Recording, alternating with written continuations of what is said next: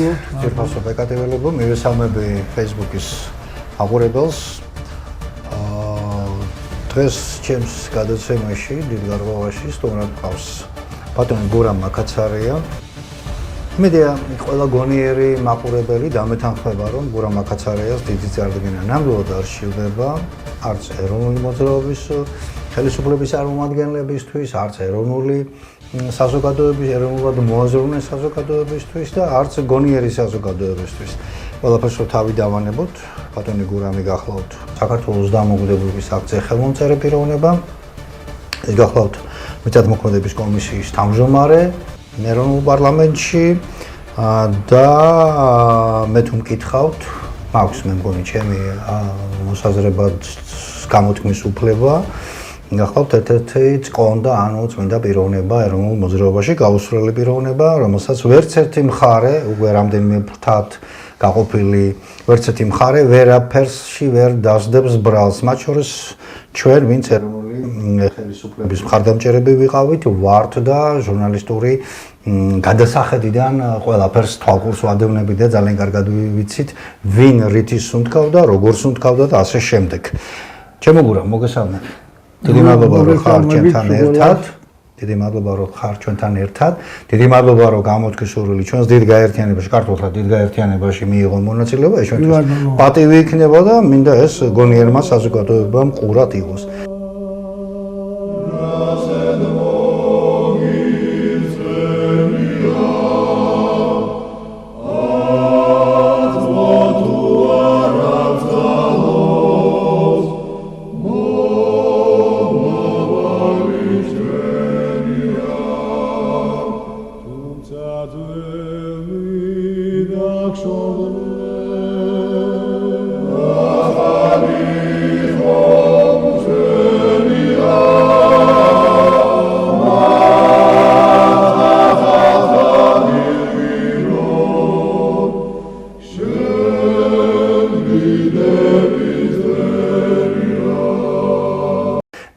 შესავალ სიტყვაშივე გეტყვით ერთ რამეს.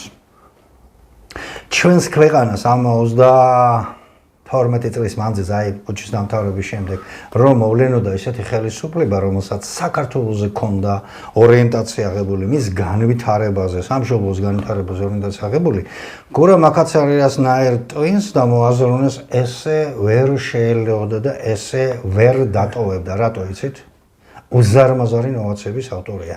მე მთელი 4 წელი მაგატარებული ამ სფეროში და ჩემი ყოველი დღე თუ არა ყოველი კვირა მაინც თითო დიდ ნოვატორთან, თითო დიდ ინტელექტუალთან შეხვედრით მთავრდებოდა და მინდა გითხრათ, საქართველოს ხსნა და გადარჩენა გადის სწორედ ინტელექტუალურ კაპიტალზე და ჯერ კიდევ ეს სწორედ გურამის თაობაში, სწორედ ჩვენს თაობაში და კიდე ცოტათი ქვედა თაობაში არსებობს. აი მერე უკვე ლომაიასა და რანკოვიჩების ეგრეთ წოდებული რა ქვია, განათლების სისტემის რეფორმა რო დაანონსა და გააკეთა მიხეილ სააკაშვილმა, რომ დაანგრია განათლების სისტემა, აი მთავრდება ყველაფერი, მაგრამ ეს ცოტა სხვა საუბრის თემაა. ჩვენ დღეს სხვა რაღაცები გვაქვს სასაუბრო და სალაპარაკო. კიდე ერთი დეტალი, ზოგადად ადამიანის პორტრეტი როცა გვინდა წარმოვაჩინოთ, იქ ჟურნალისტები, მედიალოგები საუბრობთ ხოლმე დეტალებზე და დეტალებს ძალიან დიდი მნიშვნელობა აქვს. გურამ მაკაცარია გახლავთ ის კაცი, რომელსაც 15 წელი პარლამენტარის, ანუ საბჭოს დეპუტატის, ანუ პარლამენტარის პენსია, ეგრეთ წოდებული პენსია არ აუღია და მან ბოიკოტი გამოუცხადა ამ ყველაფერს, მაგრამ ცხოვრებას თავისი მიაქვს. მე რისი თქმა მინდა ამით? ჩვენ დღეს ორ თემას შევეხებით. კანონიერების აღდგენის საკითხს და მეორე ბატონი გურამის თხოვნით და ჩემი რა თქმა უნდა თანხმობით და სურვილით და ამას მე თავში გადმოვიტან ამ ყველაფერს.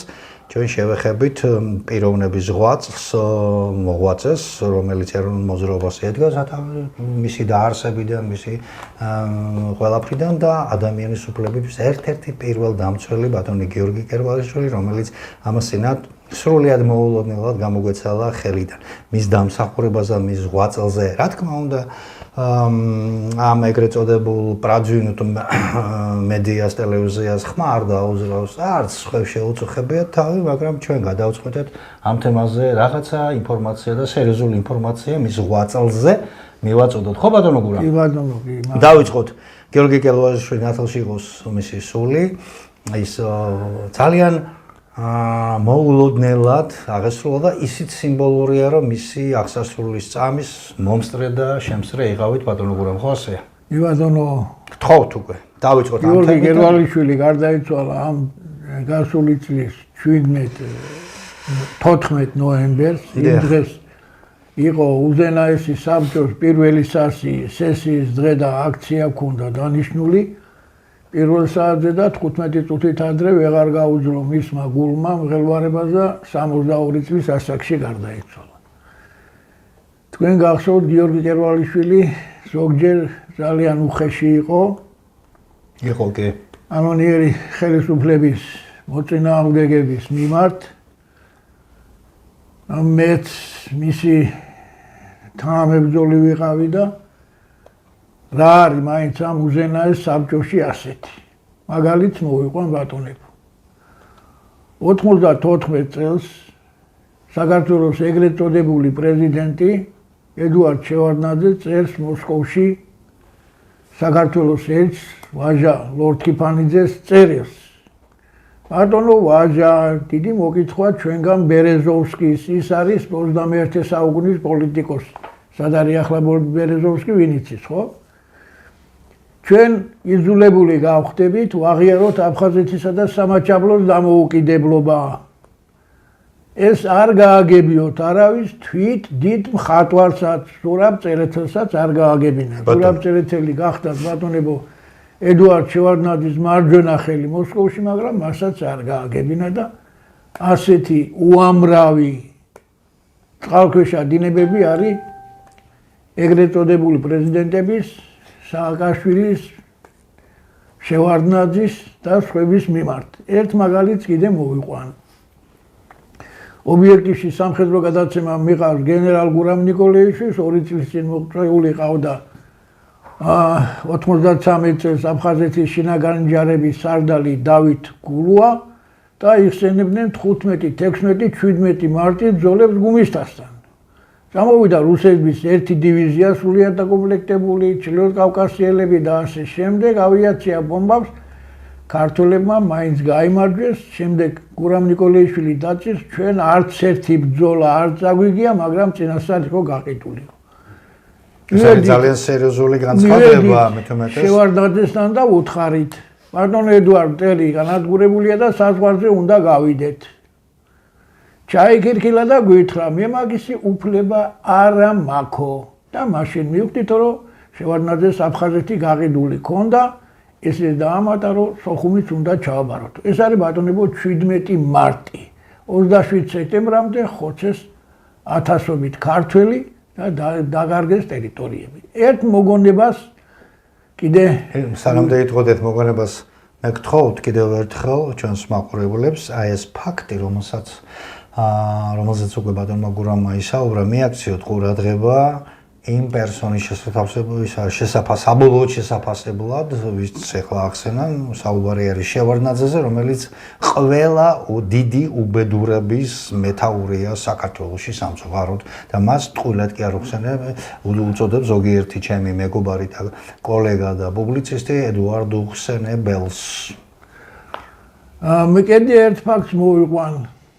ერთი თბილისის ოპერის მუსიკოსი გახდათ და იყო კიტოვანის გვარდიაში, უფროსწორად ყარყარაშვილის დაქვემდებარებაში და მივადექით ტყვარჩელსო. მოვიდნენ აფხაზები და გვითხრეს, სულ 10-მდე ავტომატი გვაქვს, სისხლი არ დაღვაროთ და ქალაქს გამთენიისას 6 საათზე ჩაგაბარებთ. მე მაინც არ დაუჯერე, მოუარე ქალაქს, დავაყენით თავზე გრადი. დილის 5 საათზე მიბარებს ყარყარაშვილი, ცოცხალია ყარყარაშვილი და მეუბნება ამბროსოვიჩმა ტყვარჩელის აღება გააუქმა. ამას გავიხადე ყველაფერი. აჰა, კიდე მეორე ფაქტი. ქონდა და ყარყარაშვილი ცოცხალია და ჯობია, მას გამოცემულია გურამატონო თუ გახსოვს, ეს ჩემი სამშობლო იწვის. თითქოს მის დაწვაში მას მონაწილეობა არ აქვს მიღებული. გესმით თქვენ თავხედობის უმაღლესი დონე, რომ ყარყარაშვილი ბედავს იმის თქმას, რომ სამშობლო იწვის და თურმე ის გადარჩენისთვის იბრძოდა. ბატონო, ეს კაცი ამბობს, ზვიადი ქვია სხვათა შორის, მე გავიხადე ყველაფერი, ზოგი სპორტული მე მქონდა, ზოგი სპორტული კედები ვინათხოვრე და წამოვედი იქიდან და მე ამერიკაში წავიდა, იქ ახლა მუსიკოსია საკმაოდ. შინაგანი პროტესტის ნიშნად. გადაცემა იყო კვეკვესკირის ამ არხზე, სადაც ის გაგვირვებული ამბობს, რომ ტყვარჩელიდან როგორ იყო მობილიზებული რუსების ტექნიკა, გახსოვთ თქვენ, დაგომისის ხელშეკრულებით, ასობით მანქანა გაატარეს იარაღითა და ჯარისკაცებით სავსე ტყვარჩელისკენ და ქართველებს შემოწმების უფლება არ ჰქონდათ და ასეთები უამრავი შეიძლება და ამიტომ არ გავაგრძელებ. აგერ დაგიკითხავთ ერთ-ერთ ფრაზას. იურიდიული თვალსაზრისით საქართველოში არ არსებობს უფრო ძლიერი სამართლებრივი ინსტიტუტი, ვიდრე უზენაესი საბჭო. უზენაესი საბჭო იქნება ეროვნულ-განმათავისუფლებელი მოძრაობის ხელმძღვანელი და კოორდინატორი, ეროვნული დაუმორჩილებლობის განხორციელების ძირითადი სამართლებრივი ინსტიტუტი, ზვიად გამსახურდია. კი ბატონო გურამ, ერთად ახლა შევთანხმოთ, ჩვენ დავიწყეთ ეს მონაკვეთი პირველი ნაწილი გიორგი კერვალიშვილზე ვისაუბროთ და კანონიერების აღდგენაზე და ამ მომენტებზე ჩვენ მეორე ნაწილში გადავიდეთ. გადავდივარ ზუსტად. ამიტომ იყო ბატონებო გიორგი კერვალიშვილი ამაში შეგნებული, გააზრებული კაცი და ვინც შეიძლება ის კანონიერი ხელისუფლების წინააღმდეგ იბრძოდა და დამნაშავე იყო ქართველის ერის მიმართ, იმათთან შეურიგებელი. ახლა თვითონ გიორგი კერვალიშვილი ვინ იყო ამაზე ვილაპარაკოთ ბატონო. მან 1991 წელს დაასა ადამიანის დოკუმენტს მინდა ადამიანის უფლებათა ყველაფერი ასოციაცია გახდათ მისი ხელმძღვანელი და ორ მაგალითს მოვიყვანთ მისი მოღვაწეობიდან. ერთი აგერ არის წერილი ევროპარლამენტიდან, სადაც იქნებ თქვენ წაეკითხოთ, ეს მე ვერ ვკითხავ. ტექსტი მთლიანად თუ ვინ აგზავნის? ვინ აგზავნის? კოკა ჰაკალა ტრანსკავკასიის ურთიერთობის ევროპარლამენტის დელეგაციის ადმინისტრაციული მდივანი, ასოციაციის პრესამსახური. ეს ევროპარლამენტიდან არის წერილი ბატონებო გიორგი კერვალიშვილისადმი, იმ დროს ადამიანის უფლებათა დაცვის ასოციაციის პრეზიდენტისადმი იმხელა პიროვნება გახდათ. აგერ არის IGFM-ის მიერ გამოგზავნილი წერილი, მისი ხელმძღვანელი, წაიკითხავს ბატონი გიგლა. კი ბატონო. რობერტ ჩემბერსი, გენერალური მდივანი საერთაშორისო სამდივნო, გამოგზავნილი არის მაინის ფრანკფურტიდან, საქართველოს ჰელსინკის კავშირისა და ირაკლი გოცირიძის და გიორგი კერვალიშვილის მიმართ ასოციაციისა. დიახ. გარდა ამისა გახდათ თან ახლა საერთაშორისო ამნისტიის დოკუმენტი ბატონებო ორგანიზაციის ლონდონის მეორე დოკუმენტი ლონდონის საერთაშორისო ამნისტიის ორგანიზაციის წევრი მეორე დოკუმენტი 95 წლიდან დღეს ვერ არიან ამხელა ორგანიზაციის წევრები და რას აკეთებდა მაინც გიორგი კერვალიშვილი? ათასობით პოლიტ პატიმარს ციხეში არ აძლევდა იმის საშუალებას ხელისუფლებას, ათასობით პოლიტ პატიმარს მოქცეოდნენ უფრო უარესად, ვიდრე ექცეოდნენ. ათასობით ადამიანი იყავს გადარჩენილი. ბატონი გივი იორამაშვილის მონაყოს გავიხსენებ, ყვარლის პრეფექტის მოადგილე იყო, ქუთაისში გაუსადლისი პირობები იყო, პატიმრებმა მოაწყვეს გაფიცვა და გამოიძახეს სამხედროები და ამ ხალხს დახვრეტას უპირებდნენ, მაგრამ ჩაუსწრო გიორგი კერვალიშვილმა და გადაარჩინა. მეორე ფაქტს მოვყვები. როცა შევარდნაძემ 92 წელს დააყენა საკითხი, რომ ეს ადამიანი ჩვენს უარყოფით ევროპაში გაიტანს და თავი მოგვეჭრებაო და მისი ლიკვიდაციის საკითხი დააყენა, მივიდა ამერიკის ელჩი და უთხრა, თიც ვერ დააკარებ ამ პიროვნებას. იგივე უთხრა გერმანიის ელჩმა. მეორე მაგალითს მოვიყვან, 93 წელია და ჩვენი დეპუტატი შოთა ქიტიაშვილი, გურჯაანის პრეფექტი, სხვათა შორის პირველი საქართველოში და საბჭოთა კავშირის მასშტაბით გურჯაანში და ზუგდიდში აიღეს ლენინის ძეგლები და შოთა ქიტიაშვილი და შალვა წინწალაშვილი იყვნენ ამის ინიციატორები და მეც იქ ვიყავი ბატონებო ამ მოვლენისას 93 წელს ჩავიდა ზუგდიდში ზვიად გამსახურდიას შესახვედრად. როგორც მოგეხსენებათ, დამარცხებული ზვიად გამსახურდიას შემდეგ შოთა ქიტიაშვილი რო ჩამოვიდა გურჯაანში, ეს იყო მხედრიონისთვის დიდი საკბილო, დაიჭირეს და ოჯახს დაუბარეს, რომ ამდენიმე ხანში ქალის ტანსაცმელში ჩათმულს და დანაწევრებულს გამოუგზავნიდნენ. მოკლავდნენ დანაწევრებულს.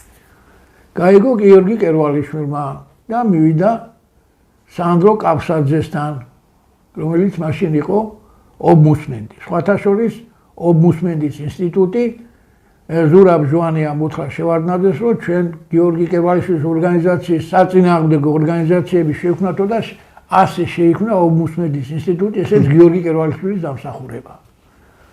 საინტერესო ფაქტია ეს. სანდრო კაფსაძე გახლავთ იმედი მაქვს, რომ დიდი დღეს დოზით სასულიერო მოღვაწე და მოახსენა, რომ ასეა და კაც, ღირსეულ კაც სიკვდილი ელის. მაშინდელი ობმუსმენდმა ასეთი პასუხი გისცა, რამდენი ქიტიაშვილი მიტიაშვილია, მე სად უნდა ვდიო. გიორგი კერვალიშვილმა ამდენიმე ხანში ამერიკის ელჩი დააყენა თავზე, დაემუქრა ჯერ ამერიკის ელჩის იმის მოყვანით და ეს კაცი უნებელი გაანთავისუფლეს. ეს ორი მაგალითი და ასეთები ვინ იყო მაშინ ომბუდსმენი, მე მგონი დათო საღარაძე. სანდრო კავსაძე. კავსაძე იყო კი ბატონო. აი ეს არის ბატონებო გიორგი კერვალიშვილი, დაუდგომელი პიროვნება და სამწუხაროდ თავისმა გულმა ვეღარ გაუძლო ამას და 62 წლის ასაკში გარდაიცვალა შარშან 14 ნოემბერს. დარჩა უყურადღებოდ ქართული საზოგადოებისაგან. გიორგი კერვალიშვილთან არიან გაზრდილები, ასე ვთქვათ. ნანუაშვილი მაგასთან იყო, გიორგი თევზაძე მაგასთან იყო ასოციაციაში, სოზარ სუბარი მაგასთან იყო ასოციაციაში. ეს იყო ადამიანის უბნებათა და დამცველი ორგანიზაცია, ერთადერთი საქართველოში მაშინ დამოუკიდებელი, ყოველგვარი პოლიტიკური ამბიციებისგან დამოუკიდებელი, როცა ამერიკის ელჩმა უთხრა, რომ თქვენზე ამბობენ, რომ ზვიადისტი ხარო, გიორგიმ უპასუხა, ზვიადისტი იქნება თუ არა ზვიადისტი, მე ყველას უფლებებს ვეცავო. ასეთი იყო ბატონებო. სამწუხაროდ მე მინდა შევახსენო საზოგადოებას, მის ძველ ნაცნობებს, რომ ცდილობის გულისთვის მაინც ამოიღეთ ხმა. პირველი მისი ზიარება პოლიტიკასთან გახდათ ბატონებო შემდეგი. ის გახდათ საქართველოს პატრიარქის ილია მეორის სტიქაროსანი. ზვიად გამსახურდიამ 70-იანი წლების ბოლოს მცხეთაში მოაწყო აქცია. გიორგი კერვალიშვილიც იყო, სხვებიც იყვნენ ბევრი, ერთადერთი მოთხოვნით. ილია ჭავჭავაძე შეერაცხა წმინდანად. ეს ხომ დღეს ჩვეულებრივი ამბავია. ამისთვის საშინლად დაარბიეს. გიორგი კერვალიშვილი მაშინ 16 წლის იყო და იარაღის ტარით ცემა ვიღაც რუსული შეხედულების მქონე კაცმა, ისე რომ თვალები დაბუშტული ჰქონდა და მერე ენუქიძემ რო ნახა, ამბობს რა მოუვიდაო და უპასუხეს კიბეზე დაეცა. და მეორე დღეს წირვაზე რომ მივიდა, სტიქარი არ ჩაათვეს და გააგდეს სტიქაროსნობიდან. და მე მინდა შევახსენო, ვინც იქ მაშინ სტიქაროსნები იყვნენ, დღეს 4 კაცი პარლამენტშია, რამდენიმე ეპისკოპოსია, მათ შორის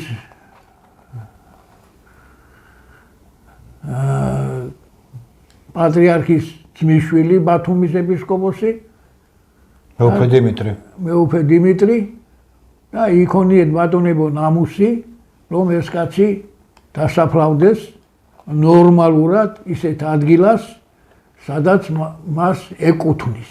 აგერ ბატონო გურამ ხო არ დაასახელებდით, ახლა მე უფე დიმიტრი დაასახელეთ სხვებსაც, ცოტა იქნება საზოგადოების ზეწოლა იგზნონ მე ამ ხალხმა და ცოტა ნამოსი სუბარი დავასახელე, ნანუაშვილი დავასახელე, ახლა ვინც მაშინ ილია მეორის სიკაროსნები იყვნენ, დღეს პარლამენტში არიან, ხო? ისა კობახიძის მამა გიორგი. ო, გია. კიდე სხვები არიან, კი ბატონო.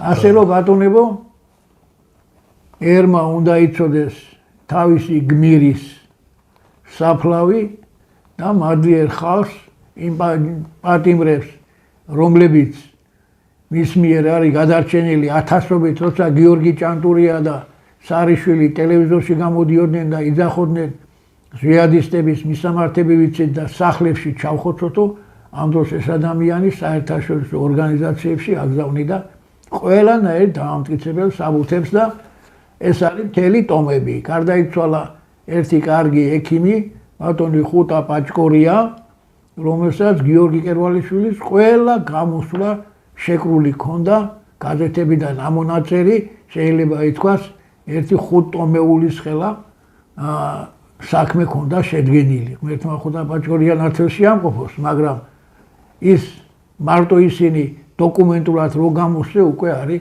სერიოზული წიგნი ბატონო. და ბატონო გურამ ეს არქივი არსებობს, ოჯახში არის ხუტა დაცული? პაჭკორიას აქვს სახში, ესა და არის დაცული. აგერ მაქვს მე გაზეთებში ამონაბი და გარკვეული ნაწილი, ხო? გარკვეული ნაწილი. ამიტომ ჩვენ გვინდა ბატონებო რამენაირად ისე მოახერხოთ, რომ გიორგი კერვალიშვილის საფლავზე მადლიერი ხალხი, თუნდაც ის პოლიტპატიმრები, რომლებიც მაგის მიერ არიან გადარჩენილები, მივიდნენ და პატივი მიაგო. სად არის დაკრძალული ბატონო გიორგი? იქნებ უთხრეთ. დაკრძალული არის კრწანისის სადღაც ტყე პარკში. და ისეთ თქვენი მოთხოვნა რა არის ამ შემთხვევაში? ჩვენი მოთხოვნა არის, რომ თუნდაც აგერ ახლა რო გაიხსნა ეკლესია ზევით მახათას მთაზე, იქ უკვე ჩაწყობით მიდის დასაფლავება. ერთმა კაცმა მითხრა, გალის აღმასკომის ყოფილი თანამშრომელი დაუძინებელი ტერი საქართველოს დამოუკიდებლობის იქ არის გასვენებული. ჩააწყო ნაცნობობით თუნდაც მახათაზე ბატონებო სამწუხაროდ იქაც იგივე ტრადიცია გრძელდება, რაც დიდუბეში მოხდა, ხო? ერთ-ერთი ჯალათი არის დაკრძალული. სხვა შორის ერთი ჯალათი კი არა, აჯაბა იოსელენის სახით დიდუბის პანთეონში დაკრძალული ძვირფასო მაყურებლები. იქ მეორე ჯალათის განისვენებს, რომელზეც მე მთელი ჟურნალისტური გამოძიება მაქვს ჩატარებული დომენტი მშვენიერაძე, რომელიც 1924 წლის აჯანყებულებს აი შორაპანში სამ ვაგონში რო დაიხვრიტა ის ხალხი, იქ ლანა ყოღობერიძის მამასთან, ლევან ყოღობერიძესთან ერთად ეჯდა ტყვი ამრქვევს და მესამეც იყო იქ პიროვნება და მათ 600 ადამიანი გაწერეს, ჩაცხრილეს საქართველოს ელიტა პრაქტიკულად საქართველოს ის რა ქვია რკინიგზაზე იმისი ტვირთის გადასაზიდი სატვირთო ხის ვაგონებში და იქ მე ერთ-ერთი ყმაწვილი გადარჩა 14 წლის ბიჭი, რომლის ოჯახის წევრსაც მე შევხვდი, იქ ისტორიები მოვისმინე, კაი ხანს არ მეძინა სიმართლე გითხრა და მე დაბეჭდილი მაქვს 90 წლებში გაზეთ შანსი და მაშინ იყო ის მომენტი, რომ შუა ღამე გამაგვიძეს დიდუბის პანთეონის ადმინისტრაციამ პრაქტიკულად და მითხრეს, რომ დომენტი მშვენიერაძის გადასვენა, ანუ ამოთხრას აპირებდნენ იქიდან საზოგადოების ჯგუფი და თითქოს მე რა უნდა მექნება, რა უნდა გამეკეთებინა, ვერ გავიგე. ეს ისევ თქვი ეხლა, ანუ რისი თქმა მინდა რა.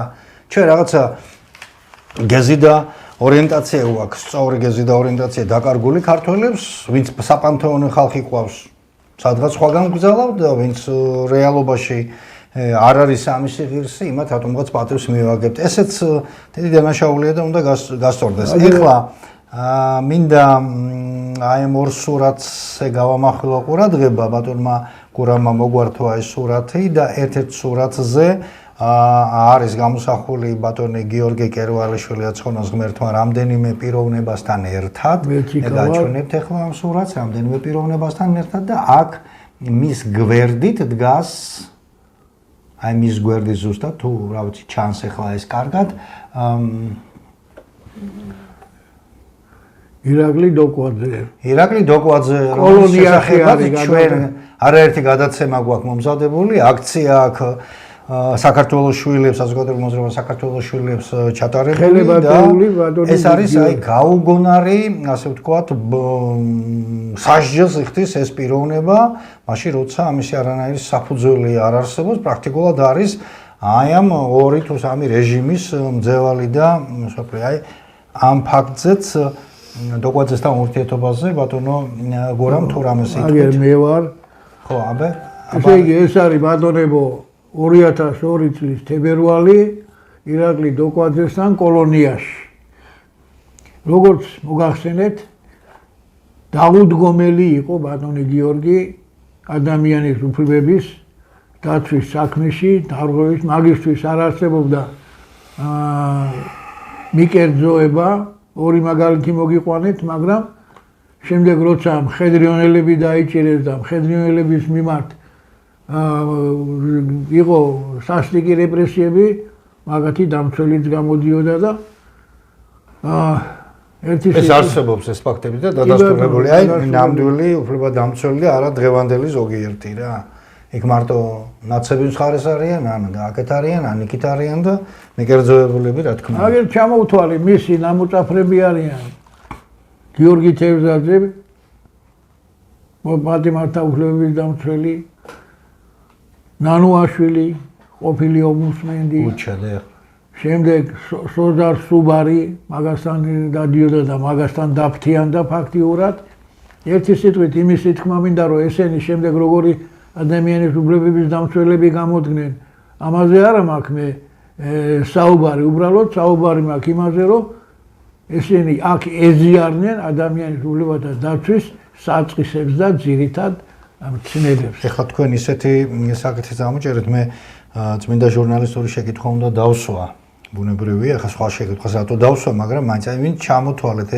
ამათმა აი თქვათ მისმა მოსწავლეებმა პატივი მიაგეს არც ერთი არ მოსულა თევზაძის გარდა გიორგი თევზაძე იყო პატივი მიაგო დეტალი მაგრამ ის დეტალია რომელიც წარმოაჩენს ხოლმე რა ვიცი რა ხასიათს არ ვიცი რა ქვია ახლა ამას ქართული ხასიათი არ ქვია სხვა რაღაცა ქვია მაგრამ მოდი თქვენი ფიქრით ამაზე და თქვენ შეაფასებთ პრაქტიკულად ეს საკითხი რამის ხوار დაამატებთ ბატონ გიორგი გერვალიშვილთან დაკავშირებით ხსოვნის უგდავს აყოფათ მისია ითქვა რა უნდა გაკეთდეს როგორ უნდა გაკეთდეს ახლა რა უნდა გაკეთდეს და ხალხმა უნდა მიაგოს პატივი და შევთხოვ ხალხს იქნებ ახლა მაინც ვთხოვთ თითო სანთელი დაანთეთ გიორგი გერვალიშვილის ხსოვნის საპატივცემლოდ ის დაილია საქართველოს სიყვარულში ბოლოს ნაიმფაქტალი იყო, მაგრამ მაინც აქცია დავნიშნეთ იქა მთავრობის სახლის წინ 14 ნოემბერს უნდა აგვენიშნა უზენაეს საბჭოს პირველი სესიის გახსნის დღე,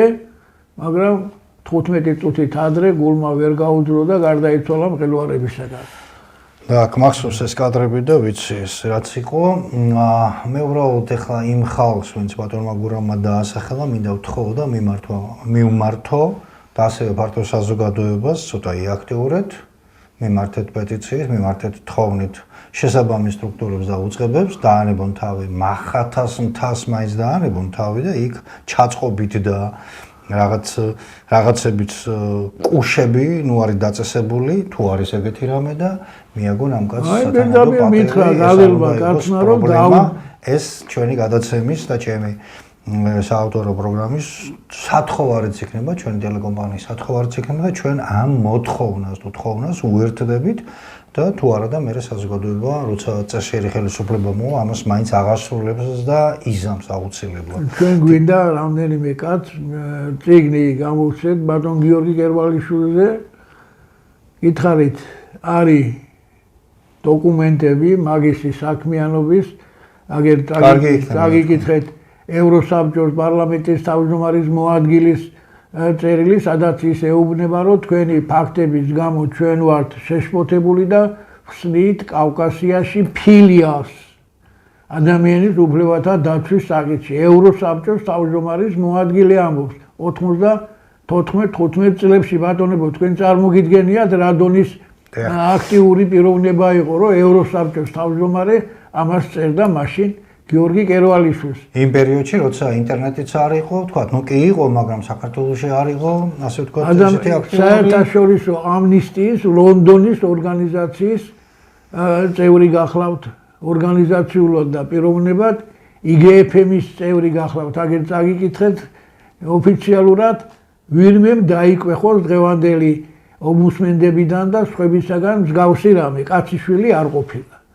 ამერიკის ელჩი და გერმანიის ელჩი პირდაპირ გერმანიაში და ამერიკაში ებადიჟებოდნენ და ეუბნებოდნენ, რომ იქ შეგიქმნით ცხოვრების პირობებს, წამოდით. გერმანიის ელჩმა პირდაპირ უთხრა 92 წელს, რომ საქართველოში 30-40 წელიწადე ქვეყანა არ იქნება აწყობილი და მე გირჩევთ ჩემთან წამოხვიდეთ და ყველანაირ პირობებს შეგიქმნითო, მაგრამ გიორგიმ ასეთი პასუხი გასცა, მე მინდა ვიცხოვროთ ჩემს ასეთ დაუწყობელ დაულაგებელ საქართველოში და ქართველების ყველა ჭირი და ვარამი გავიზიარო. აუცილებლად ადგილობრივი ბეღურა იყო ბატონო გიორგი, ის ვერ ელეოდა თავის მიწაწყალს, არსად არ ეგულებოდა, მიუხედავად დაპატიჟებისა და იმედია დამეთანხმებით თუ ასე რადიკალურად და კატეგორიულად ვიტყვი, იმ პერიოდში კი არა, ეხლაც ძალიან ბევრი ქართველი სიამოვნებით წავიდა დატოვებს საქაურობას, ასეთი შემოთავაზება თუ კი ექნება მას უარესები უარეს რაღაცებს იმიზეზებენ, რომ ქვეყანა სამშობლო დატოვონ და წავიდნენ და იქ უცხო ტომს ემსახურებენ. მე მივესალმები ბატონო გურამ თქვენს იდეას, რომ კრებული შეიკრას.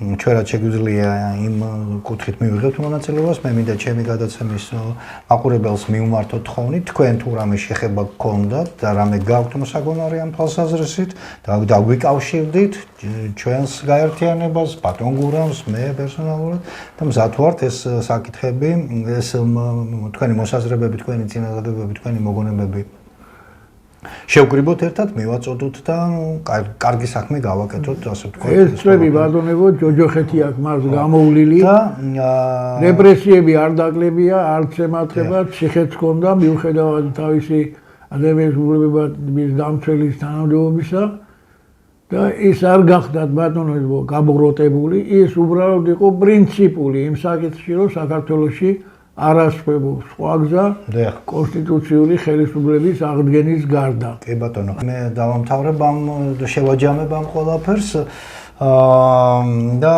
უბრალოდ არ მაქვს უფლება რაღაც შედარება არ გავაკეთო. 90-იან წლებში მოგეხსენებათ კონტაქტები არ იყო უცხოეთთან და ამ დონის ფიგურებიდან, ვინც ახლა ბატონმა გურამმა დაასახელა მათგან ესეთი დონის გამოხმაურება, ეს ძალიან იშვიათი მოვლენა იყო, რა თქმა უნდა, და სულაც არ გავს ეს გამოხმაურება აი ეგრეთ წოდებული ჯო უილსონი რო არის ახლა ამერიკელი კონგრესმენი, მის ასე ვთქვათ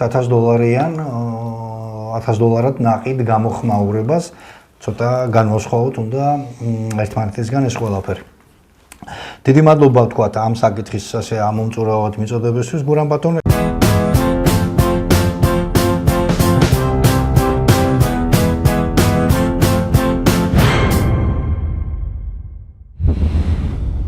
ეხლა რა თქმა უნდა უკვე მეორე საკითხზე გადავიდეთ, ეს არის ბრძოლა კანონიერების აღდგენისათვის, რომელიც თქვენს თაობას, თქვენნაირ ხალხს არც დავიწყებია, არც შეუწყვეტია და არც აპირებს შეწყვეტას.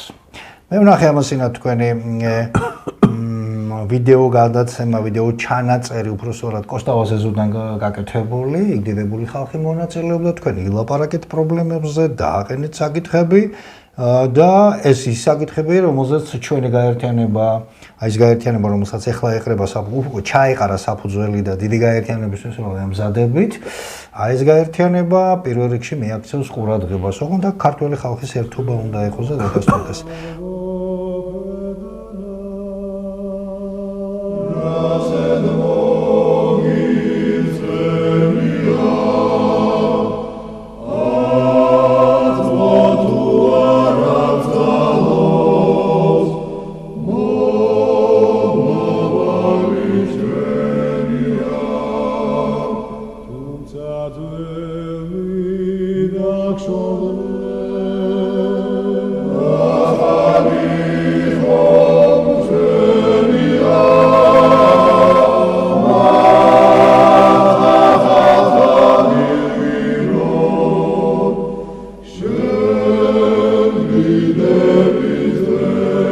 მოკლედ რას ვაპირებთ ბრძოლა კანონების აღდგენისათვის? დიდი თემაა და გავშალოთ. კი ბატონო, გეტყვით ასეთი ცნება არსებობს სამართალ მემკვიდრეობა. რაც ნიშნავს ბატონებო, არჩევნების შედეგად მოსული ხელისუფლება სამართალ მემკვიდრეა არჩევნების დამნიშნავი ხელისუფლების, აქტივის, პასივის ყველაფრის. დიახ. ისე ხო არ არის თქვა საფრანგეთის ერთმა პრეზიდენტმა 100 ტრილიონი დოლარი აიღო სესხად და მეორემ თქვას ის სხვა პარტიის წევრი იყო. ასე არ არის ბატონობა, ეს ყველაფერი გადაეცემა. დღევანდელი ხელისუფლება არის სამი არამკითხე კაცის, ჯაბა იოსელიანის, კიტოვანისა და სიგუას მიერ დანიშნული არჩევნები სამართალ მემკვიდრე, ეს იყო შევარდნაძის პირველი პარლამენტი. შემდეგი არჩევნებით მოსული სააკაშვილის ხელისუფლება იყო ჯაბა იოსელიანისა და შევარდნაძის სამართალ მემკვიდრე. დღევანდელი ხელისუფლება არის ჯაბა იოსელიანის, შევარდნაძისა და სააკაშვილის სამართალ მემკვიდრე. ასე არჩევნები რო გავიდეს, ყველა ეს სამართალ მემკვიდრეობა იქნება. მე შესავალში ვთქვი, მოვიყვანე შევარდნაძის წერილი ვაჟა ლორთქიფანიძისადმი და იქ ვთქვი, რომ ეს არის შევარდნაძის ხელისუფლების მიერ მიღებული გადაწყვეტილება წყალქვეშა დინებებში გაკეთებული მზაგრული საქმეების საქართველოს წინააღმდეგ. დღევანდელ მომავალ პარლამენტში ყველა თქვენსავით პატიოსანი და ზვიად გამსახურდიასავით პატიოსანი კაცი რო დაჯდეს, 200 კაცი იქნება თუ 150, აი ამ სამართალ მემკვიდრეობით იქნება ხელებს შეკრული და ვერაფერს ვერ გააკეთებს ბატონი. ვალდებული იქნება ყველა ეს ხელშეკრულება, როგორც შევარდნაძის სამართალ მემკვიდრემ, როგორც სააკაშვილის სამართალ მემკვიდრემ და ბიძინას სამართალ მემკვიდრემ გააგრძელოს. მე ჩემს გადაცემაში ვთქვი ასეთი რამე, რომ ოკუპაცია არის ბატონებო, როცა ერთი სახელმწიფო დაესხმება თავს მეორე სახელმწიფოს, წაართმევს ტერიტორიას და მოახდენს ოკუპაციასა და ანექსიას. ოკუპაცია და ანექსია შეიძლება ბატონებო ანივიხილოთ ისე, როგორც არის დღევანდელი ხელისუფლების დროს, სააკაშვილის ხელისუფლების დროს. დღევანდელი ხელისუფლებაში მოსვლის დროს საქართველოში 70% იყო ქართული მოსახლეობა. დღეს არ არის 40%. აი ეს არის ბატონებო, ოკუპაცია და ანექსია. საწავიდა ეს ხალხი როგორ იტყვით თქვენ? შეიცვალა დემოგრაფიული სიტუაცია, იძულებული გახდა ხალხი წასულიყო, სხვებს გაეხსნა გზა. ერთი 3 წლის წინ გადაცემა იყო ჩინეთზე, ესე იგი შეიცვალა კლიმატი და ხალხს ერთი ღერი სცენარე ვერ მოყავთ. შეერი იხოცება, ისევე არის ინდოეთში. ახლა იმას რომ $100,000 მისცემს ჩინეთის ხელისუფლება თუ ინდოეთის ხელისუფლება და საქართველოში რომ დაასახლებს. ამაზე უკეთესი რა იქნება იმათთვის? ეს არის ზუსტად პროგრამა 2011 ჩინეთი და ინდოეთი არ ვიცი, მაგრამ აგერ მეზობელი ირანი საქართველოში ბიზნესის დაწყებისთვის თავის მოქალაქეებს ახალისებს $80,000. მიაქციეთ ამას ყურადღება, $80,000 და სათბურის პირობებს უქმნის იმისთვის, რომ აქ დამკვიდრდეს, ფეხი მოიკიდოს და ასე შემდეგ და ასე შემდეგ. მე $80,000 ნებისმიერი ქართველი აწყობს ბიზნესს ბატონო. რა თქმა უნდა. მაგრამ ამას უცხოელები აკეთებენ და თავიანთ თვისტომებს აქ გვისახლებენ. ამას კაციშვილი არ აქცევს ყურადღებას. 2011 წელს მიხეილ სააკაშვილმა საგარეჯოს რაიონში ეს ნათქვამი მაქვს. კი ბატონო, ცნობილი ფაქტია ეს. მოაგროვა 5,000 ჰექტარი მიწა, მათ შორის გიორგი წმინდაში, საგარეჯოში. ეგრეთ წოდებული კოლმეურნეობის მიწები ხალხის მიერ ჩამორთმეული და გაიტანა ტენდერზე. ჰექტარი 40 ლარად. მთელი ქართველები დაესივნენ.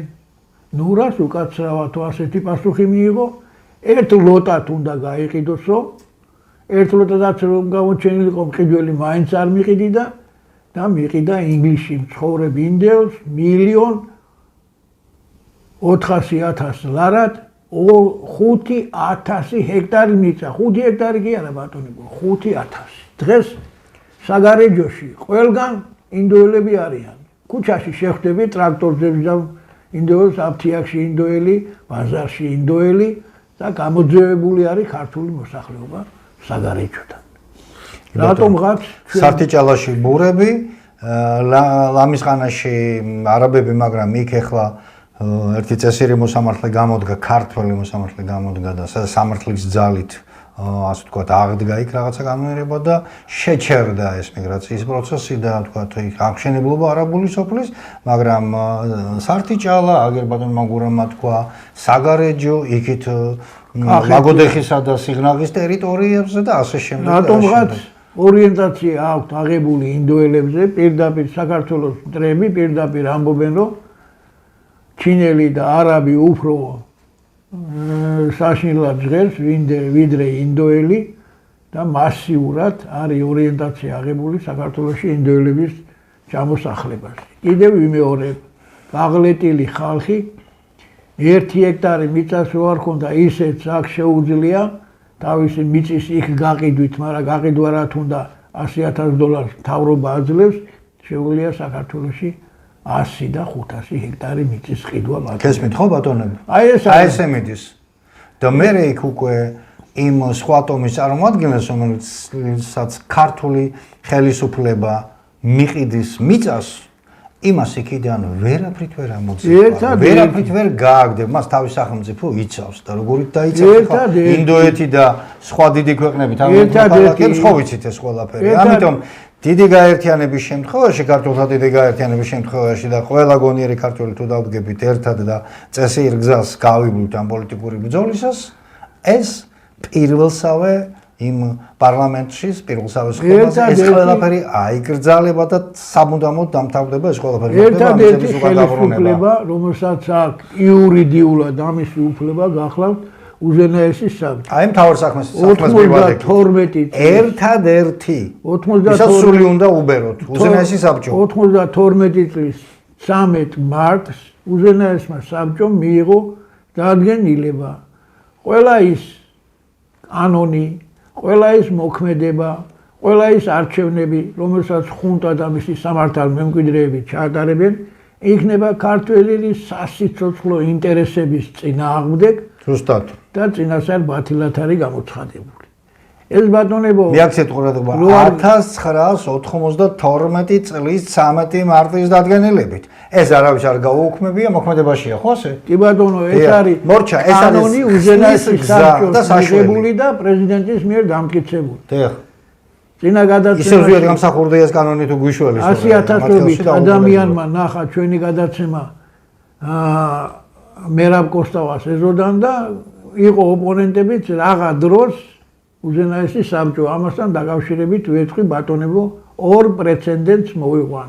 დიახ, აი ეს მაგალითები კორეის და ჩილეს. ჩილეში გაიმარჯვეს კომუნისტებმა და კომუნისტები რასაც მოუტანდნენ ჩილეს გეცოდინებათ გაღლეტილი აქცეული ჩინე გენერალმა პინოჩეტმა სამხედრო გადატრიალებით ფეხზე დააყენა. სამხრეთ ამერიკაში ერთ-ერთ მოწინავე ქვეყანად გახადა.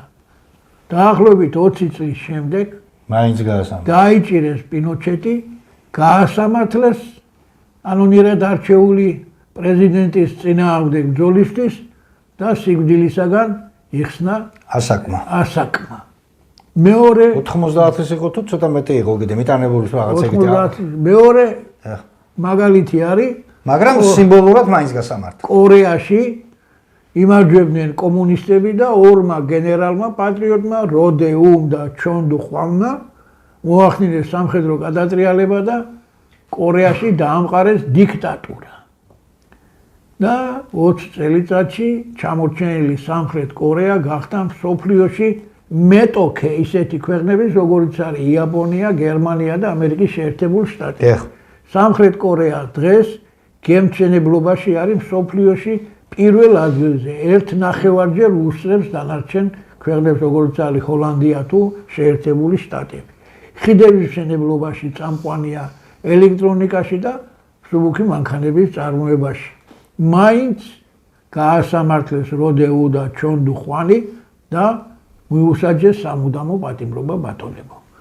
ეს არ არის, ასე ვთქვათ, ზღაპარი, ეს არის საერთაშორისო კანონიდან გამომდინარე და ამიტომ უზენაესი საბჭო და მისი აღდგენისადმი მოქმედი საინიციატივო ჯგუფი ხელმძღვანელობს ამ ფაქტებით და ქართველი ერის სასიცოცხლო ინტერესებიდან გამომდინარე იბრძვის კანონიერი კონსტიტუციური ხელისუფლების აღდგენისთვის, რასაც მე როგორც უზენაეს საბჭოს დეპუტატი და დამოუკიდებლობის აქტზე ხელის მომწერი მივესალმები და მოგესალმებით ბატონებო და ჩათვალეთ რომ თქვენს გვერდით ვიქნები ამ საკითხში, რასაც ქვია კონსტიტუციური ხელისუფლების აღდგენა. დიდი მადლობა. ჩემო ძვირფასო ქართველებო, სხვა გამოსავალი ვინმე თეორიულად დამიმტკიცოს გამოსავალი, თუნდაც იმ შევარდნაძის წერილიდან გამომავალი, თუნდაც გურამ ნიკოლეიშვილისთვის ნათქვამი, რომ ჩვენ აფხაზეთით უნდა ჩავაბაროთო და ორ ფაქტს მოვიყვან ბატონებო. ერთი არის ზვიადგამსახურდია დინების წინააღმდეგ რომ იცურავდა, დინების საკითხი იყო 91 წლის 19 აგვისტოს პუტჩი მოსკოვში, სადაც ზვიადგამსახურდიამ განაცხადა, რომ გორბაჩოვი ამ საქმის კურსში იყო და ამერიკის პრეზიდენტმა მაშინდელმა თქვა, რომ ზვიადგამსახურდია დინების წინააღმდეგ მიცურავსო. ახლა ხანს 1-7-8 თვის წინ ასეთი არხი არის რუსული „Кто есть кто“, გამოვიდა 91 წელს საბჭოთა კავშირის უმაღლესი საბჭოს თავმჯდომარე ლუკიანოვი და ასეთი რამე თქვა.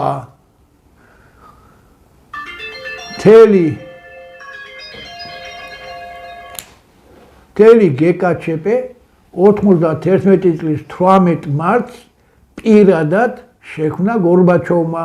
თითოეული ჩვენთაგანი გორბაჩოვის მიერ დანიშნული ვიყავით ამ საქმეში. მეორე ფაქტზე ასევე თქვა ლუკიანოვმა, მაგრამ უკვე სავერშენო სეკრეტნოში, დაახლოებით იმავე პერიოდში, მარტო გერმანიის დემოკრატიულ რესპუბლიკაში საბჭოთა კავშირს ჰქონდა დაახლოებით 100 მილიარდი დოლარის ღირებულების მატერიალური ფასეულობანი, საბავშვო ბაღები, სკოლები, ყაზარმები და ასე შემდეგ.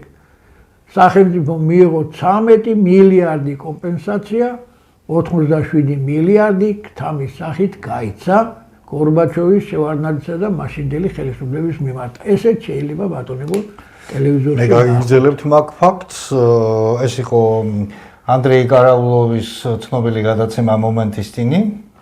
იქ ყავდა ის გენერალი გამოყვანილი, მოწმე ამ ყველაფრის. იმან დაადასტურა ეს ფაქტი, რომ შევარდნაძე და გორბაჩოვის ფონდებში თუ პირად ანგარიშზე ჩაერიცხა აი 13 მილიარდი, მე რადგანაც მახსოვდა 3 მილიარდი, მაგრამ მე დავაზუსტე რომ ეს იყო 13 მილიარდი და გერმანელების სიხარულისგან მეცხრეცაზე იყვნენ, რომ ასე იაფად მაგრამ 13 მილიარდი კი არა, ფაქტობრივად 100 მილიარდი გაიცა. 13 გავიგე, მაგრამ მე ვამბობ რაც ითქვა. ასე რომ ეს ფაქტი, მე სხვათა შორის ეს გადაცემა კარაულოვის ამოიღეს, ასე ვთქვათ, ქსელიდან, დაბლოკეს თუ რა ვიცი, შეინახეს თუ რაღაცა, ნუ ყოველ შემთხვევაში ფართო იმაში, მაგრამ მე თვითონ ჩემი თვალებით მაქვს ნანახი და მოსმენილი ანდრეი კარაულოვის გადაცემა იმ გენერალთან, რომელმაც ეს თქვა გადაცემაში, მომენტის ტინიში. 15 წელს გაზეთ „იზვესტიის“ რედაქტორის შვედში, კალუნკაში ასეთი რამე დაწერა შევარდნაძეს მიმართა, საიდან აქვს თქვენ შვილს იმდენი ფული, რომ საფრანგეთში საერთო ქონებით მეორე ადგილზეა და ხელზე, ანუ მოძრავი ქონებით პირველ ადგილზე. შევარდნაძე მაშინ პასუხობს, რომ იუნესკოში მუშაობს და ის მერე პასუხში ამბობს რედაქტორი, რომ იუნესკოში გენერალურ მდივანს არ აქვს $100,000 წელიწადში და თქვენ შვილს საიდან აქვს ამდენი მილიარდები. მახსოვს ეს გაწამაძეებიც მაშინ, მაგრამ პასუხი ვერ გაცა. ყველაფერი ამისგან თავის დახსნის ერთადერთი გზა არის კონსტიტუციური ხელისუფლების აღდგენა, ვინმე დამიჯდეს და სხვა გზა მიჩვენოს და აუწევს ხელებს და გავყვებით უკან ბატონო. კი ბატონო, თუ ეს გზა ამიტომ კიდევ ერთხელ მივესალმები ბატონებო თქვენს მიერ დაფუძნებულ ორგანიზაციას და გისურვებს წარმატებებს და ყოველივე სიკეთეს და ქართველი ერის საკეთილ დღეოთ. დიდი მადლობა ბატონო გურამ. მე მარტო იმის გადამრჩენია რომ შევაჯამო ჩვენი გადაცემა და ვთქვა. ნახეთ გარდაცვლილი პრეზიდენტი, ჩვენი ეროვნული პრეზიდენტი, პირველი და განუმეორებელი. თავისი წინასწარმეტყველური დადგენილებით მხედველობაში მაქვს 1992 წლის 13 მარტის დადგენილება. აი ეს გადაარჩენს საქართველოს კიდევ ერთხელ სიცოცხლეში ხო არ დააცალეს საქართველოს გაძლიერება, გამთლიანება, რა იმას და განვითარება. სიკვდილის შემდეგაც ის ამ დადგენილების, ამოქმედების შემთხვევაში ქართველი ხალხი მიაღწევს იმას, რომ ყველაფერი დადგება თავის ადგილას და ყველა ის გაყიდული მიწა დაბრუნდება, ყველაფერს მიეცემა შეფასება და აქ ბოლოს ვიტყვი იმ იდეას, რომელიც მე თავის დროზე ჩემს დიდ გარღვევაშიც ნათქვამი მაქვს, სოციალურ ქსელებშიც დაფიქსირებული მაქვს და სხვაგანაც. ყველაფერს ამ 35 წლის მანძილზე უნდა მიეცეს შეფასება და ქართველებმა ჩვენ პანთეონი ვახსენენ და კიდევ ერთხელ გავიმეორებ ჩემს იდეას. ეს ჩემი საავტორო იდეა გახლავთ, საქართველოში უნდა გაკეთდეს მოღალატეთა პანთეონი. კიტოვანი იოსელინელის სიგუა პირველი კანდიდატები არიან დავით შევარდნაძესთან ერთად და მე თუ მკითხავთ, მაშინაც თქვი და დავწერეს, რომ ეხლა ძალიან შორსო არ წავიდეთ, აგერ დიდი ილიას მკვლელი ბერბიჭაშვილი, ვიცით მის სამარი და ყველაფერი და აი იქიდან უნდა მოხდეს ეს ყველაფერი, ადგილიც მაქვს ხოთაშორის შერჩეული სად უნდა გადავხიკოთ ესენი და როგორ უნდა მოხდეს ამ ყველაფრის გაკეთება. სხვანაირად ქართველს ვერც ფულით, ვერც სიკვდილის მუქარით, ვერც მარადიული თუ მუდმივი პატიმრობით, ვერაფრით ვერ უშველი. აი ეს ერთადერთი რასაც ქართველი ერიდება არის რა სახელი დარჩება და რა სახელი დარჩებათ მისგან მის შვილებს და შვილიშვილებს. მე ამასინათ გურამ ბატონო ერთ-ერთ დიდ კონფერენციაზე დამიძახეს, სადაც 90-იანი წლების ერთ-ერთი ლიდერი, ხა გვარს არ დავასახლებ, მაგრამ იცით თქვენ ეს ყველამ კარგად, იძახთ რომ კაცო მთელი ეს ჩემი უბანი და ეს ხალხი მომმართავს როგორც მოღალატესო და მე მინდა რომ დავამტკიცო რომ არა ვარ კაცო მოღალატეო და ასე შემდეგ და ითო ანუ ნახეთ შეაწუხა და მის მიმართ კითხვები არსებობს ბუნებრივი და იარსებებს. ყველას მიმართ ვინც 75 წლის მანძილზე საქართველოს ასეთ დღეში ჩააგდო. არ მაინტერესებს. შევარდნაძე, სააკაშვილი, ეს ორი განსაკუთრებით და ივანიშვილი. მორჩა, ეს არის სანი, ახლა დანარჩენები, ახლა მარგველაშვილი გინდა ყოფილა, გინდა რა, ახლა სალომოშკაზე საერთოდ არ არის საუბარი. მაგრამ ყველაფერს ქართველმა, გონიერმა ხალხმა უნდა მისცეს შეფასება და ეს მოხდება იმ შემთხვევაში, როცა დიდი გაერთიანება ქართველთა შედგება, აი როცა შედგება, მერე გეშინოდეთ ბატონებო, მერე ძრწოდეთ, ყველა მიიღებს თავის კუთვნის, როგორც საჭიროა ისე. სხვა გამოსავალი ჩვენ უბრალოდ არ გვაქვს და ძალიან სიმბოლურად მეჩვენება ის რომ მე დღეს ამ თემაზე სასაუბრობ, ერთი წკონდა მეგრულად ნიშნავს წმინდა კაცი მოვიყვანე ეროვნული მოძრაობიდან, რომელსაც მათ ფანტასტიკურად ახსნა სად არის გამოსავალი. ხსნის მექანიზმი სხვანაირად ვერაფერს ვერ გააკეთებ. თუ დასავლეთს ოდნავ მაინც შერჩენია დემოკრატიისადმი, ეგრეთ წოდებული ამ ფსევდოდემოკრატიისადმი რაღაცა პრეტენზიები, რომ არსებობს ამ დემოკრატია, იქ იმ წინმსწრებ დადგენილებას, რომლის გამოქვეყნებიდან ზუსტად 33 წელია გასული, ხო? ქრისტეს ასაკი პრაქტიკულად, ხო? 33 წლის შემდეგ იქნებ საქართველოს ხსნა და გადარჩენა სწორედ ამგვარი დოკუმენტის ამოქმედებაში და ასეთ დიდ გაერთიანებაში ნახოს. სხვათა შორის, ჩემზე უკეთ მოგეხსენებათ, რომ შაჰ-აბასიდან დაწყებული და მონღოლები და სხვები და სხვალი ყოველთვის ისრაფოდნენ ეკითხენ, რომ ქართველი და ქართველობა არ გაერთიანებულიყო. ჩვენ ვიწყებთ გაერთიანებისკენ, თუ დაგვიდგებით აქავართ, თუ გჭირდებით აქავართ, თუ არა და რა ვიცი დანარჩენს შეიძლება როგორც იტყვიან ღმერთი არ გაწირავს ამ ქვეყანას და ინგლისელი ისტორიკოსის დევიდ ლანგის სიტყვები რო გავხსენოთ თქვენს ისტორიას როცა ვკითხულობ ზუსტად მჯერა რომ აქ ღვთის ხელი ურევია დაახლოებით ეგეთი პერიფრაზე აქვს ზუსტად შეიძლება მე არ მახსოვდეს და ბოდიში ხდით ამისთვის მაგრამ ეს ასეა ყველა იმპერიამ მოინდომა რომ საქართველოს მიწისთვის ფეხები შეეწმინდა, მაგრამ ნურას უკაცრავად არც გამოუვიდათ, არც გამოუვათ და არც მომავალში არ გამოუვათ. დიდი გაერთიანებისკენ ჩემო ქართული მე გიგო ვარგობეჩია, ტელეკომპანიის PKTV-ის დიდი გარღვევის საავტორო წამყვანი და მდგომელი, ბატონ გურამ, რამის დამატება ხარ? სამი წუთი მინდა ბატონებო. ეხლა მე დაგემშვიდობებით, ბატონ გურამს გადავცემ რაღაცა განცხადების გაკეთება და მადლობა ყურებისთვის. მაინც რა იყო ზვიად გამსახურდია თავარი დამსახურება საერთაშორისო საზოგადოების წინაშე. საბჭოთა კავშირს დაპყრობილი ჰქონდა აღმოსავლეთი ევროპა, პოლონეთი, ჩეხოსლოვაკია, გერმანიის დემოკრატიული რესპუბლიკა, ბულგარეთი, რუმინეთი და ასე შემდეგ. მსოფლიო ერთხელ და სამუდამოდ ამას არის შეგუებული. 25,000 ატომური ქობინი ჰქონდა საბჭოთა კავშირს, ამერიკას 22,000. ჩერნობილის ავარიის შემდეგ საქართველოში 10,000 ჯერ გაიზარდა რადიაცია, ისე რომ პალიასტომში კეფალი 10 წელიწადი ერთი ცალი არ ყოფილა. დასავლეთ ევროპაში, ჰოლანდიაში, საფრანგეთში, ბელგიაში, სხვა ქვეყნებმა თავიანთი წლის მოსავალი გაანადგურეს და სხვა ქვეყნებიდან, მოშორებული ქვეყნებიდან, ამერიკიდან და ავსტრალიიდან ჩამოიტანეს თავიანთვის საკვები. ამ 25,000 ატომური ქობინიდან რაკეტის დანიშნულება რა არის ბატონებო, რომ ატომური ბომბი მიიბრძანოს ასაფეთქებელ ადგილას. დაახლოებით 200-დან 500 ერთეულ ატომურ ბომბამდე განლაგებული ჰქონდათ ამ სოციალისტურ ქვეყნებში. რაკეტის აუფრენლად, ტანგის დაუქოქავად, თოფის გაუსწრებლად მარტო კნოპზე ხელის დაჭერით ამ ბომბებს ააფეთქებდნენ შერჩევით და მთელი ევროპა ჰაერში ყავდა დაყვანილი, ნატოს ჯარის 80-90% პირველსავე დღეში იყო განადგურებული. ასეთი სუპერ სახელმწიფო გახდა საბჭოთა კავშირი.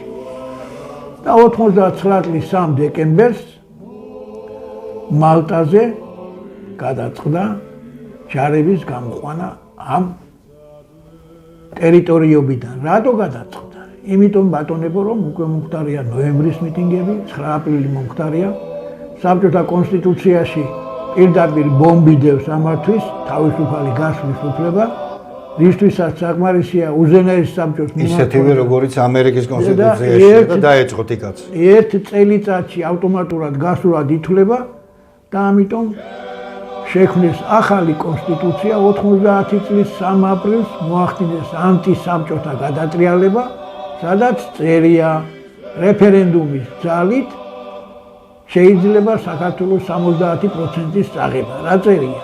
ჯერ არის ლუკიანოვის პრეამბულა, რომ ყველა კანონი, რაც აქამდეა მიღებული, ის ფარატინა კაღალდად გამოაცხადეს საბჭოთა კავშირის შექმნისას დაწერილი ხელშეკრულებები, თავისუფალი გასვლა იქნება თუ ტერიტორიის მთლიანობა და მიიღეს პირველი მუხლი. გამსვლელმა რესპუბლიკამ უნდა ჩაატაროს რეფერენდუმი, მაგრამ რეფერენდუმის მოწვევის უფლება მიეცა მოსახლეობის 10%-ს. იჩქარაო ზვიადმაო ბატონებო და აგერ გიხსნით ახლა რა იყო. ესე იგი 90 წლის 3 აპრილს ზვიადი მოდის და ხელისუფლება 28 ოქტომბერს. 3 აპრილიდან 28 ოქტომბრამდე რამდენია? ნახევარი წელიწადი. მოსახლეობის 10%-ს მიეცა რეფერენდუმის ჩატარების უფლება. მსგავსი რეფერენდუმი დედამიწაზე არ ჩატარებულა, მაგრამ მიიღო უზენაესმა საბჭომ და ამტკიცა გორბაჩოვმა, მაშინდელმა პრეზიდენტმა და შემდეგ პუნქტში წერია. გამსვლელ რესპუბლიკაში, რომლის შემადგენლობაში არიან ავტონომიური რესპუბლიკები, ავტონომიური ოლქი, აჭარა, აფხაზეთი და სამხრეთ ოსეთი ჩვენთვის და მოსახლეობის ეროვნულად კომპაქტურად ბინადრობის ადგილი. მარნეული გარდამავალი დმანისი, ბოლნისი, ახალციხე, ახალქალაქი, წალკა, ბოგდანოვკა, დედოფლის წყარო, სადაც დიდი რაოდენობით არაქართველები ცხოვრობენ. აქ რეფერენდუმი ტარდება ცალკე და თუ მოსახლეობის 10% წინააღმდეგია ამ რესპუბლიკაში დარჩენის, ეს ხალხი რჩება საბჭოთა კავშირის შემადგენლობაში და გადიან ამ რესპუბლიკიდან.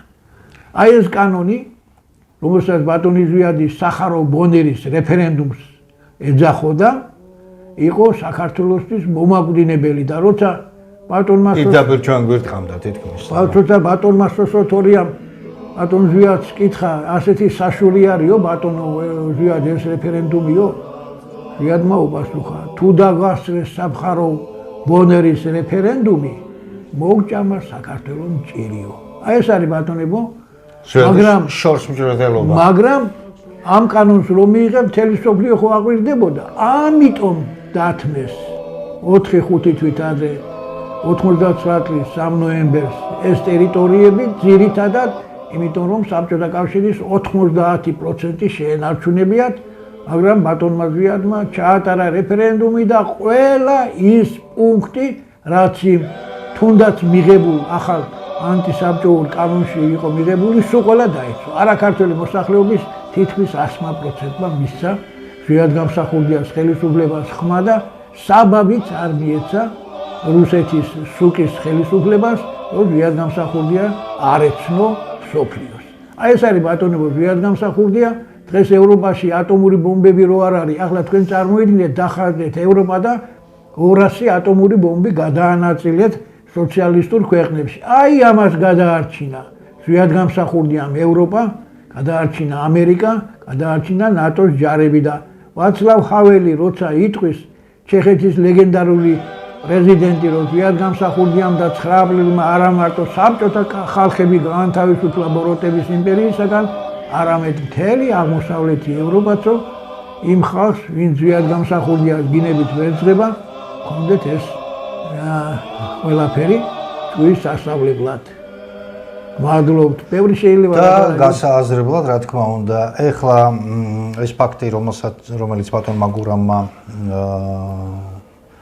გვითხრა და მოიყვანა მაგალითად, ჩვენ ამაზე გახსოვთ ბატონ გურამ, ჩვენ ცალკე გადაცემაც ჰქონდა, იქაც შევეხეთ, მაგრამ ეს, რა თქმა უნდა, ფართო მასებისთვის მისატანია თავიდან ბოლომდე 200 ატომური იარაღი, მაშინ მე არ ვიცოდი, მაგრამ მოусმინე ერთ-ერთ გადაცემას რუსეთიდან, სადაც პირდაპირ თქვა, რომ ადუხსოთ, დაფიცოთ ატომური ზარიადო, ესე იგი ჩადებული იყო აღმოსავლეთ ევროპაში.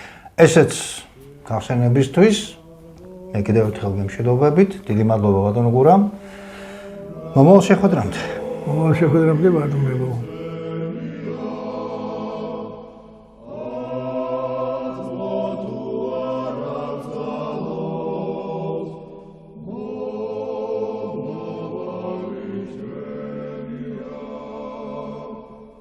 Zadły, tak szodły.